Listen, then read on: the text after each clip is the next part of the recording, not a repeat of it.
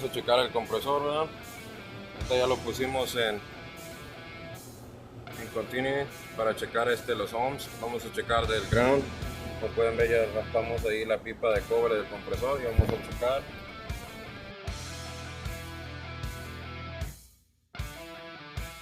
Bien, vamos a checar de cada hornillo, de cada una de esas. Ahí, y deberíamos de tener 0.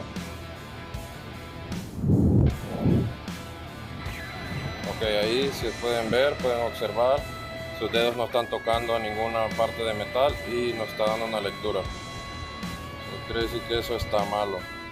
Ya este compresor ya murió, ya no se puede, se tendría que cambiar el compresor o lo que el cliente quiera decidir.